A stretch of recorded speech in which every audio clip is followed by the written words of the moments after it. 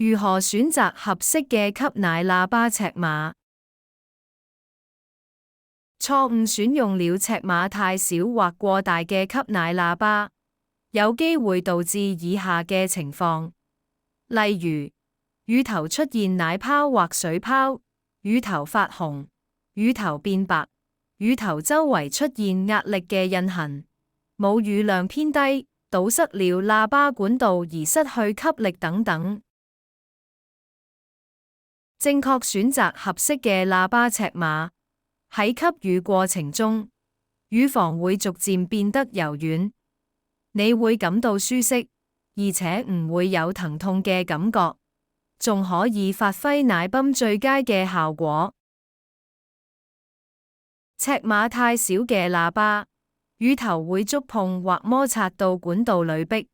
造成媽媽不適和疼痛，亦都會影響奶泵嘅吸力和效果。尺碼過大嘅喇叭會讓過多嘅乳暈部分可推進喇叭管道內，不但導致媽媽嘅不適，乳液亦會從邊位滲漏出嚟。正確測量乳頭嘅直徑，係揾出你合適喇叭尺碼嘅第一步。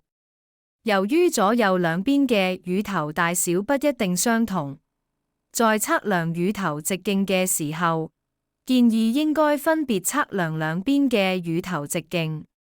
並請脫去胸衣，保持上身直立，以測量出正確嘅尺碼。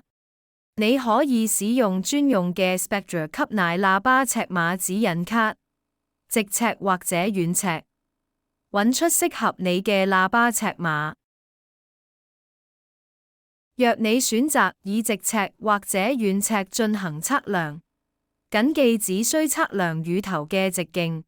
而無需要測量乳暈嘅部分。由於你嘅乳頭喺吸乳過程中可能會稍微變大，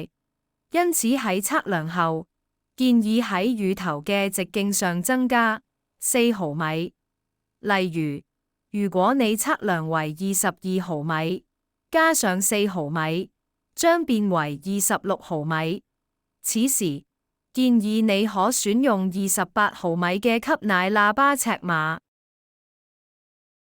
你亦可以選用 Spectra 吸奶喇叭尺碼指引卡，揾出適合你嘅喇叭尺碼。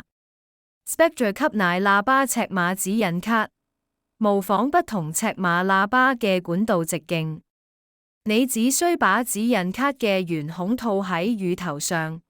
保持乳頭至中，乳頭周邊有少量空間，並可以在圓孔上自由移動。呢個就係適合你嘅喇叭尺碼。Spectra 提供多達5款嘅吸奶喇叭尺碼，由16毫米到32毫米，能配合不同媽媽嘅需要。吸乳時，你可以觀察乳頭喺喇叭管內嘅活動情況。以合適尺碼嘅喇叭吸乳時，乳頭可以喺喇叭管道中自由移動，乳頭唔會摩擦到管道內周邊，乳暈亦唔會被過度拉扯。如果你感到疼痛或不適，請嘗試更換其他嘅喇叭尺碼。在你嘅母乳供應穩定後，產後大概第10週，適合你嘅喇叭尺碼可能會有所改變。屆時，建議你重新量度你嘅乳頭直徑，以揾出適合你嘅喇叭尺碼。如果你仍然唔確定是否已選擇正確嘅尺碼，請諮詢母乳育嬰顧問或母乳餵哺專家。Spectra 為全球超過26個國家嘅媽媽及嬰幼兒提供高品質嘅母乳育嬰產品，係值得你信賴嘅母乳育嬰產品專家。